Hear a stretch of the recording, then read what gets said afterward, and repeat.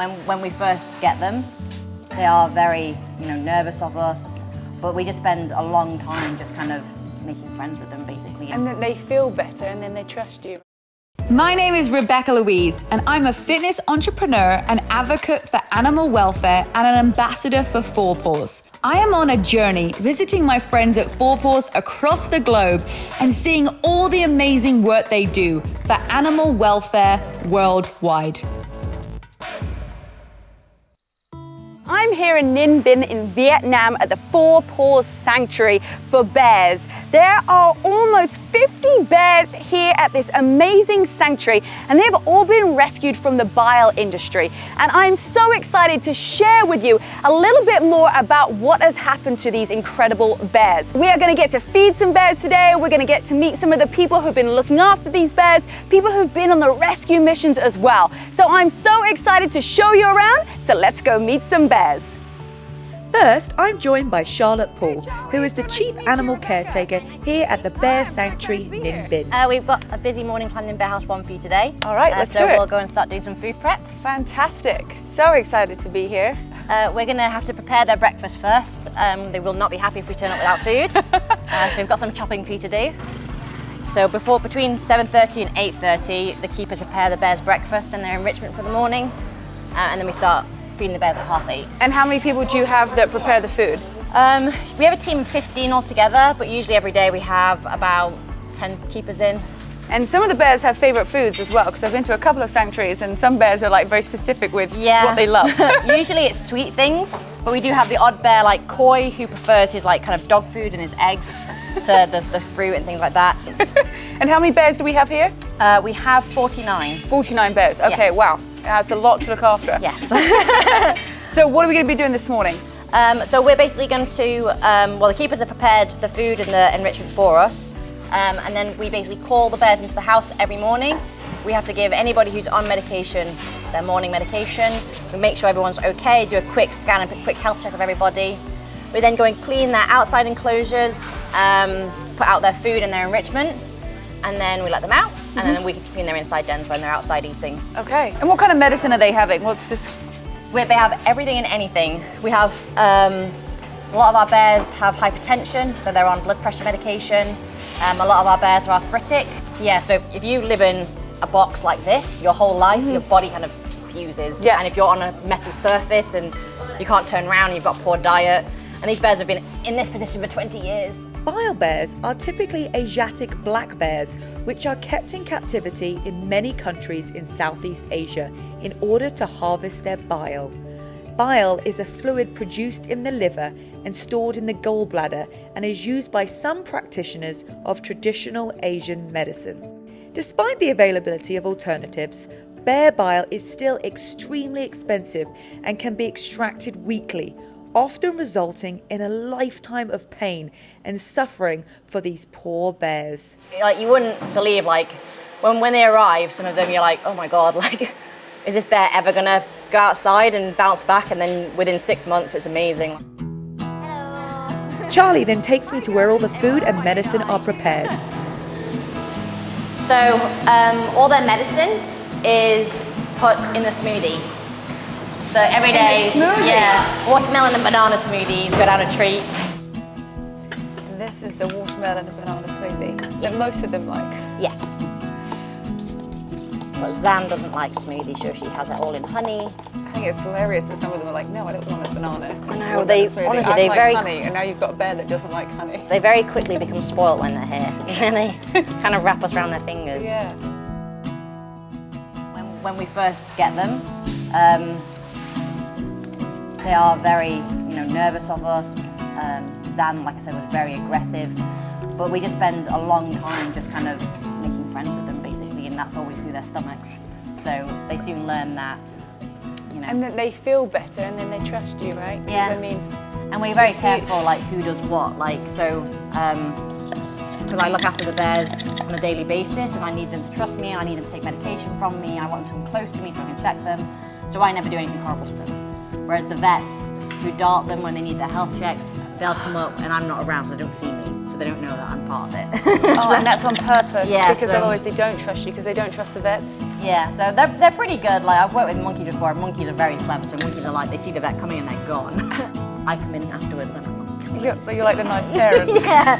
And then they're like, oh, Charlie's nice. That's what the person is. I didn't see her behind. Yeah. And it just means though that I can get really close, and then if there's a problem, I can see it, I can check it, I can medicate them, and you've got to have good guys and bad guys. Yeah. You can see Duyen's chewed all her claws off. So she's done that. Yeah, so a lot of them will forever. The stereotyping does get better once they arrive here, but you know, you're never going to erase what's happened to them. No. So when she becomes upset or stressed or worried, she just bites her fingernails like we do. I think people seem to think, they go, how long does it take to rehabilitate a bear? And I'm like, yeah. Forever. Forever. It's never done. It's full like, time. These guys have been traumatized. They will never be fixed. They will always have to contend with health issues. They will always have to contend with mental health issues. Next, we check out some of the enrichment techniques used at Bear Sanctuary Ninh Binh. Bears are really smart, so we've got to try and keep them interested and slow down their feeding. And obviously we do hide the food everywhere around the enclosure, but then it's also good to do extra enrichment as well. So you know, we've got all these kind of various devices. You can hang these up and make the bears kind of stretch up for their food. You can put kind of like scents or kind of jam or honey in these and kind of make them like they would in the wild with a log. The balls, they do like to play with their balls. We've got feed nets, so we stuff that full of straw, and then we put their food in. They've got to like manipulate it to pull it out. Yeah. So they're really dexterous. They're really clever. So the more things we can do with them, the better. Yeah, just to keep them stimulated. Yeah. In 2022, Four Paws had their biggest Bile bear rescue to date. This is Zan. So she was from our 9-bear rescue in February. So she used to be, when we first got her, she was so aggressive towards us, like really quite frightening, like growling at us, throwing herself against the bars. But it was just all out of fear. Whereas you can see now, she's really quiet, really calm, and she's just waiting for her medicine. Yeah. She knows she's getting Because what was her story? Where did she come from? So she came from a farm down in the south of Vietnam, and she'd been in there for minimum 20 years. And what were they using her for? Bile. For bile. She was living with in someone's back garden, basically, in a concrete cell, and there was another bear T on the other side of her, but they couldn't see each other, and there was a wall dividing them. So we recently lost T. We had to put her to sleep last week, and we found like a 4-inch needle in her spleen, which someone had snapped off. When they collect bile in Vietnam, they'll very lightly anesthetize the bear, so it's kind of loopy. Drowsy. Yeah. So they can manhandle it, but the bear can feel everything and they can kind of see what's going on. So they'll pull it out of the cage. They often have to like pin it down or tie it down with ropes, and then they basically get a long injection to basically stab it into the gallbladder and then pull out the bile. But they're not using ultrasound or anything, so they don't know where. So they're just stabbing randomly until they find the gallbladder. So obviously this needle went into the spleen, and obviously she would have been moving and it would have snapped off. And then it's just in your body. Yeah. So that we see a lot of, it's not only the gallbladder that is severely damaged, but also the liver gets a lot of hits as well. So these guys have liver disease. To find it. Yeah. And how much is there? Does it reproduce the bile in the stomach? So you can do this how many times? Every week. Every week, because it reproduces that quickly. Yeah. In the bile farm bears, if they live in crates, when they arrive here, they've seen basically the bear will put the food on the back of their paw and eat off their paw. And that's a behavior they've taught themselves in the farms, because if you drop your food, it falls through the bars and then you don't get to eat.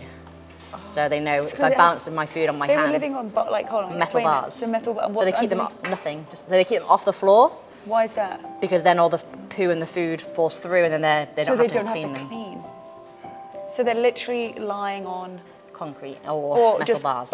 And what's the gap between them? Kind of like that? Yeah, I mean you'll see their feet like when you're lying down and there's nothing comfortable at all. No, they're uncomfortable their whole lives. Yeah. This little lady is Nui. Now she was at the opposite end of the spectrum, so she is the skinniest bear we've ever rescued. She came in at 49 kilograms and she should have been twice that. I've never seen such a skinny animal. And she was living in kind of a crate, like basically what you see where she sits would just fit around her. And it was like metal bars with chicken wire around her. And how long for? Well, we never get out the truth. Yeah. But at least 17 years. But heartbreaking, isn't it? She's had a lot of different health problems since she's been here. You can see on her paw there that Yeah. pink scarring. So that might be from where she was snared and captured from the wild. A lot of our bears lose the whole paw, so they're on 3 legs, but obviously she managed to survive it. And why is that? It's like a wire. So the wire goes tight and then the bear's stuck. And then obviously she survived it, but then a lot of them, basically I think that whole paw would be dead tissue then, and then they just get them hacked off, and then if they survive, then they stay in the farms. How many bears are left in captivity in Vietnam? Well, that we know of, 300. 300. 182 in Hanoi. But those are the ones that are legal bears that are microchipped that the government know about. We are still getting calls about illegal bears who are not microchipped. And how much more capacity have you guys got here? We're full. Yeah. We do have plans for 3 more bear houses, but Yeah. we have to build them first, and then we'll have a capacity for maybe about 100 bears. After the morning round of medicine is done, it's time to prepare the food, which we'll scatter outdoors for the bears to find. So where do you get all of the food from? Is it donated? Is it we the buy it end local. of the, you purchase everything? Yeah, locally. everything's local. It gets delivered. I think we get delivery once a week. So we try and give them kind of a bit more varied diet. We do give them the leafy greens like sweet potato leaves and morning glory, and the cabbages. It's not always their favourite. They do prefer like the root veggies, like the sweet potato and the carrot and the pumpkin. Because they're a bit sweeter. Yeah. Who likes doesn't? cabbage? Yeah. Who likes cabbage anyway? And then we were just having this discussion because some people are going to be watching this going, is this a pumpkin or is this a squash? Yeah. To me, it's a squash. So here it's a squash. Here we call it a pumpkin. Here we call it a pumpkin. All right, Vietnam we call it a pumpkin. This is a, wow, yeah. It's quite a machete. So that's good enough? Yeah, that's fine. Just for like them. that? Yeah. So I'll let you chuck the veggies out. So you kind of like, you want to kind of just throw it anywhere. Make them exercise. Okay. Excellent. And they always find it, right? Oh yeah, their noses are incredible. It really feels jungly, like it feels so much like this is their natural habitat. Yeah, well, we let it grow as thick as possible, really, because you can hide them. I mean, if it was just a lawn, they'd find that food so quickly. Yep. And also, like you said, we want to try and replicate their habitat in the wild, and they wouldn't be living on nice, manicured lawns. They'd be living out in the jungle. While currently home to 47 bears, there are still plans to build more enclosures at Bear Sanctuary Ninh Binh, as there are still many bears left to be rescued in Vietnam. So in 2005, the government wanted to kind of really get a handle on the bear bile industry. So they said no more extracting bile from bears.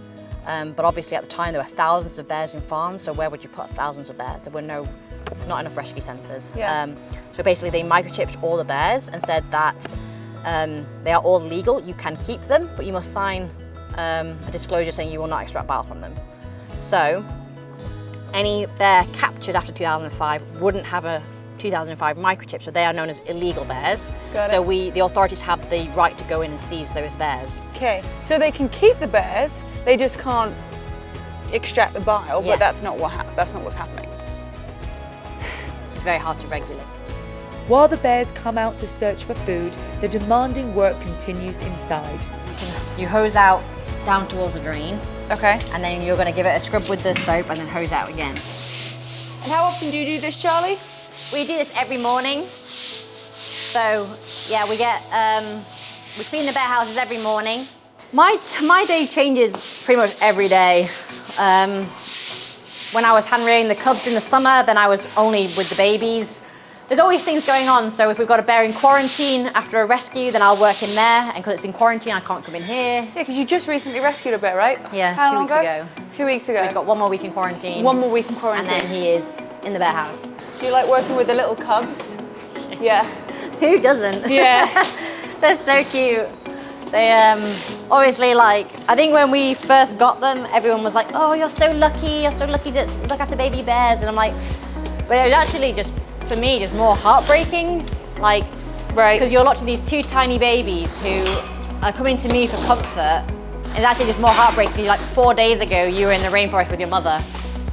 And now 4 days later, you've been tied to the back of a motorbike in a sack for sale.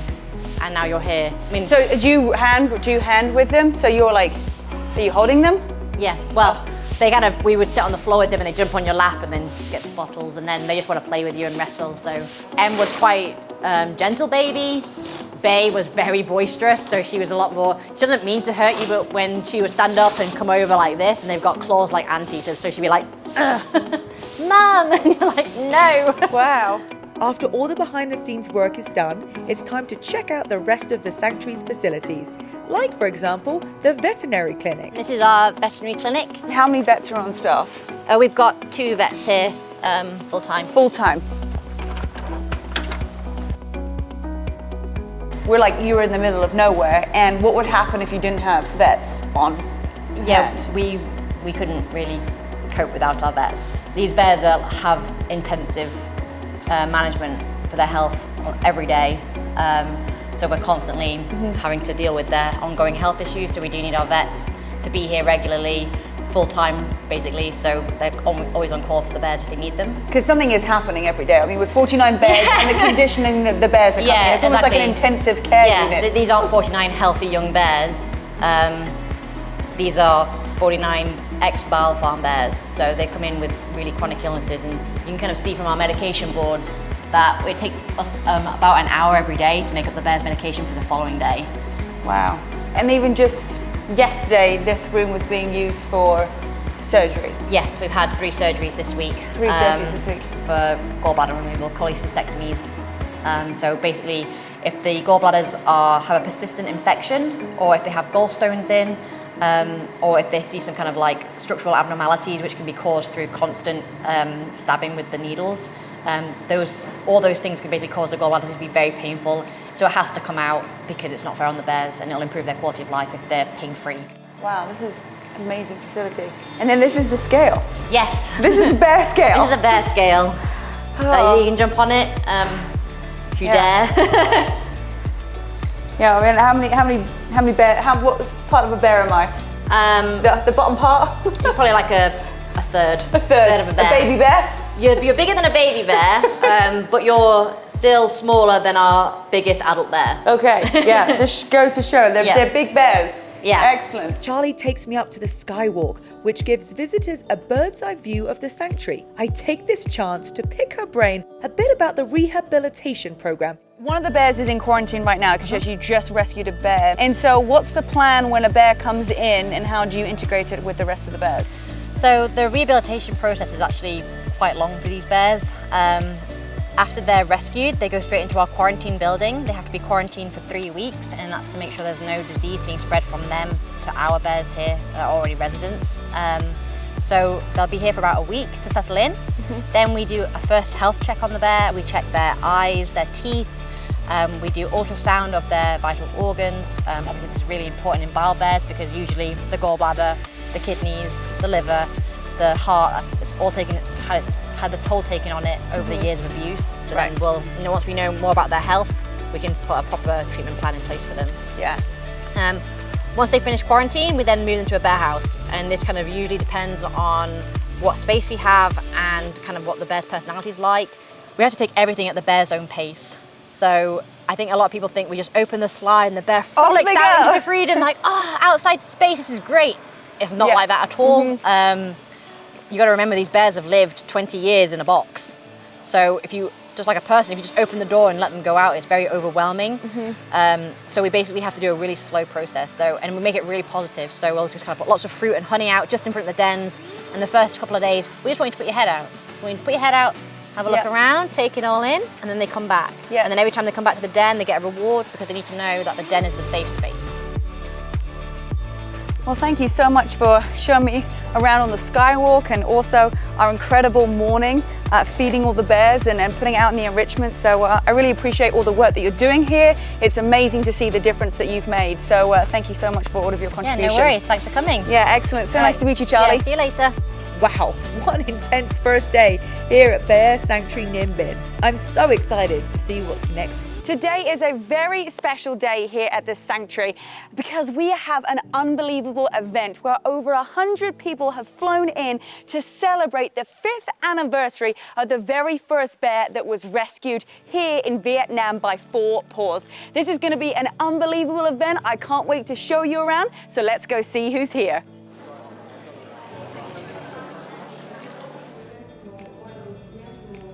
Today we are very happy to welcome you to the 5th year anniversary of the first bear rescue. This event is absolutely amazing.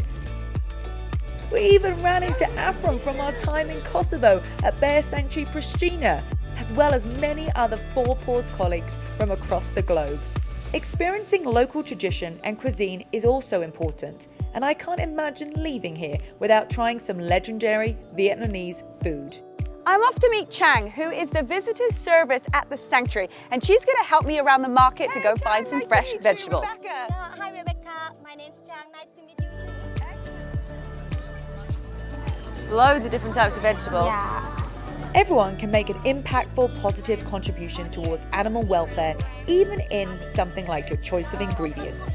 And as the most animal-friendly diet is a plant-based one, today we'll be making vegan spring rolls. Carrot. Oh, carrot. Oh, carrots. That's a big carrot. Yeah. I think small one. One more? Yeah.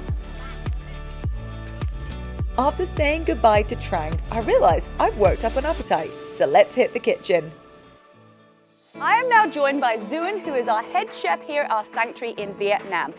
We're going to be making some traditional vegan Vietnamese spring rolls, and I definitely can't do this alone. So thank you very much for joining me. I'm definitely going to need your help.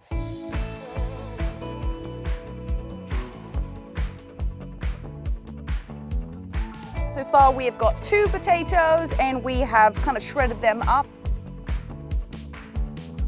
And then we've also done that with 1 carrot. We put it in the water just to make sure that everything is nice and clean, and then we have drained it right here, so that's perfect. Then we've got our glass bowl right here, and in it we've got some mushrooms that we've kind of chopped up, like not super finely. We've also got some of our noodles, and then we've got some onions that are pretty much chopped up. Okay, so cutting the garlic into strips and then also into tiny little pieces as well, so getting that nice and fine. Very beautiful cutting.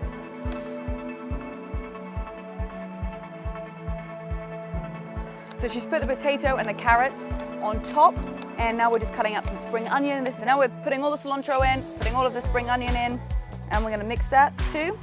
Okay, so this is rice paper, just rice, it's just made of rice. Okay, so just 1 piece. Okay.